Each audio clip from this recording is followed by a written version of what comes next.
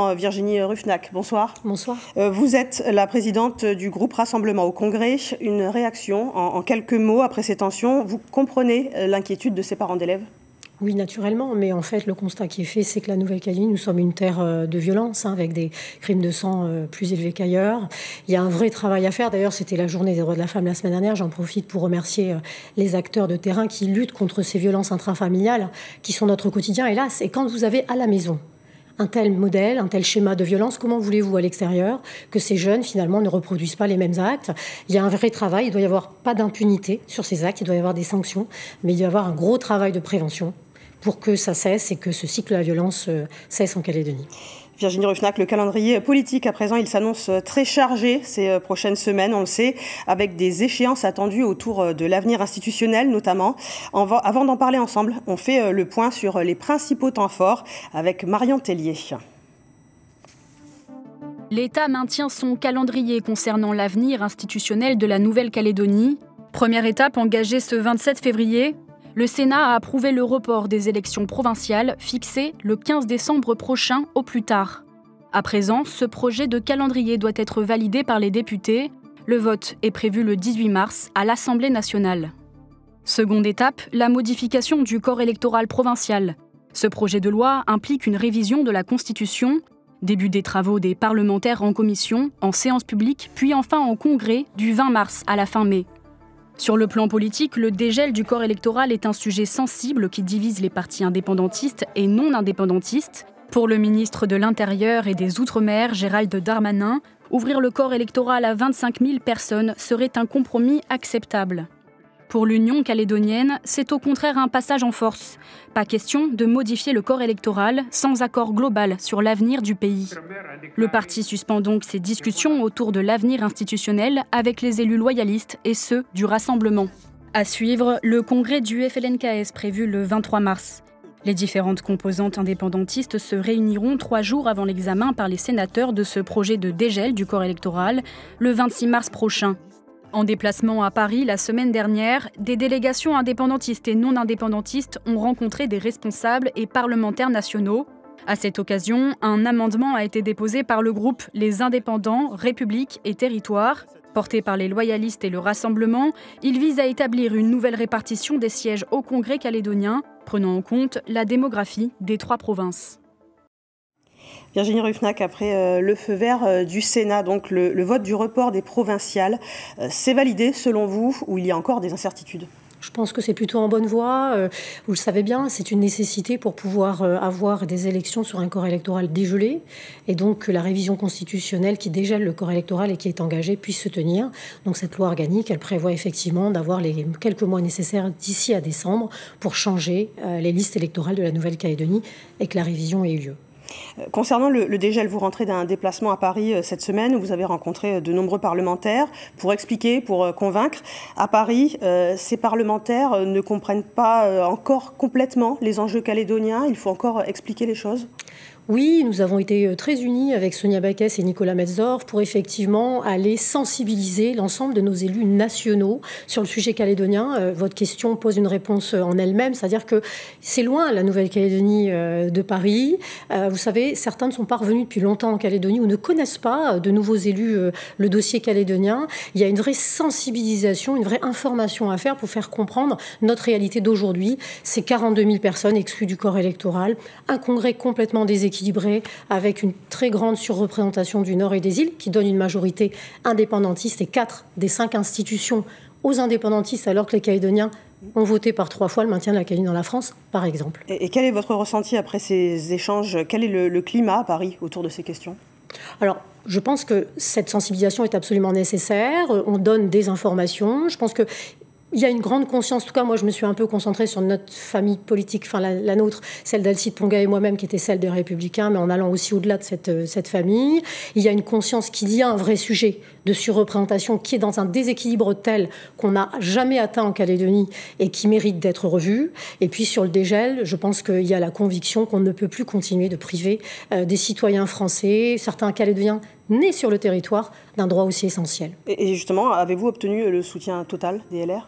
Écoutez, on quitte Paris avec le dépôt d'un amendement sur notamment réviser cette clé de répartition au Congrès. Vous savez qu'il faut aujourd'hui 2,5 fois plus d'habitants au sud qu'aux îles pour faire un élu.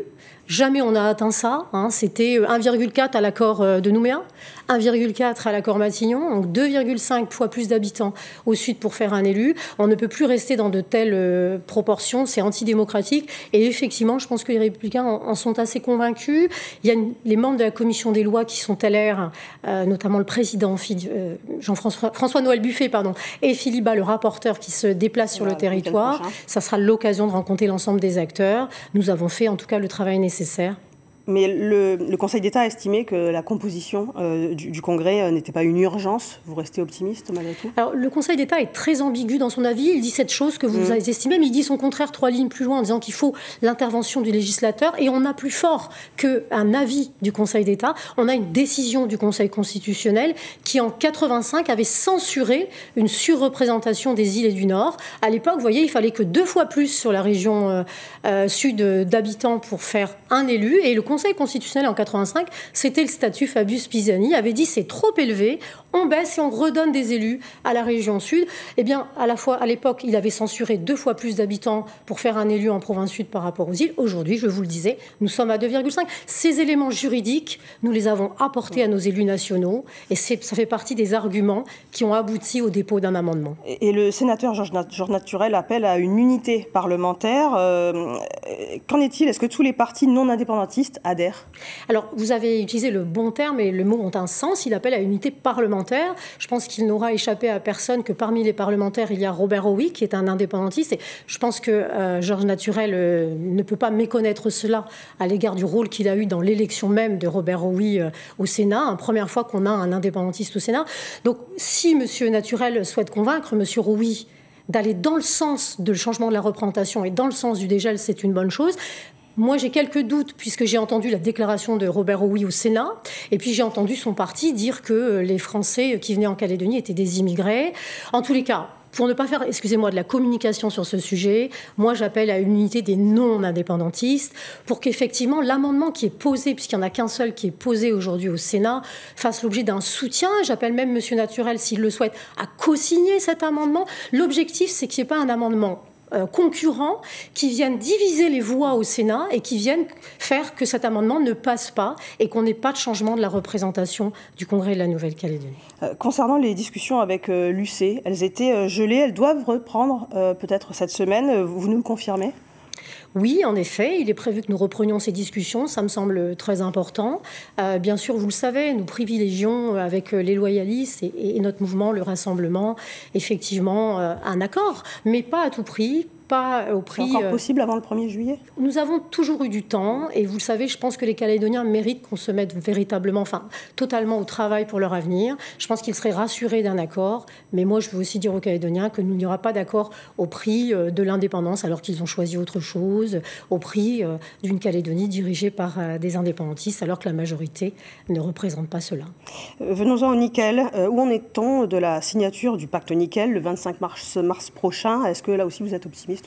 Alors, c'est difficile d'être optimiste dans le contexte de la Calédonie. Je veux penser aux plus de 500 sous-traitants de KNS, aux hommes et aux femmes qui travaillent dans cette usine du Nord, plus de 1200 salariés qui sont dans un stress terrible. Moi, je souhaite, en tous les cas, que ce pacte soit signé parce que, vous voyez bien, le président Mapou vient nous présenter des mesures de chômage partiel, de chômage pour justement, précisément, ceux qui vont se retrouver en difficulté. Dans le même temps, cette semaine, la majorité indépendantiste convoque au Congrès les commissions sur la taxation, exportation et extraction en matière de nickel. Donc d'un côté, on essaie de trouver des fonds pour des chômeurs dans le domaine minier. De l'autre côté, on continue de taxer ces entreprises qui vont donc avoir encore plus de chômeurs si on les taxe. On est dans une mécanique totalement schizophrène. Donc moi, ce que je dis, c'est que le seul moyen de sauver notre secteur, c'est à la fois de signer ce pacte de façon à avoir des moyens d'attirer plus des actionnaires, et notamment sur le Nord, on a besoin d'un actionnaire, pour faire donner confiance à notre secteur nickel et ne pas passer par une rustine sur une jambe de bois, le chômage par exemple. Et est-ce qu'il peut être signé sans la province Nord ? ce pacte nickel? C'est une vraie question. Moi, je ne souhaite pas que les 2 autres usines, qu'il s'agisse de SLN ou de Prony Ressources, soient prises en otage d'un refus, par exemple, du président de la province Nord de signer. Il faut absolument qu'on sauve. Et moi, j'appelle en responsabilité les élus du Nord à s'engager dans ce pacte et à participer à ce sauvetage. Avez-vous des informations concernant les potentiels repreneurs de KNS à ce stade?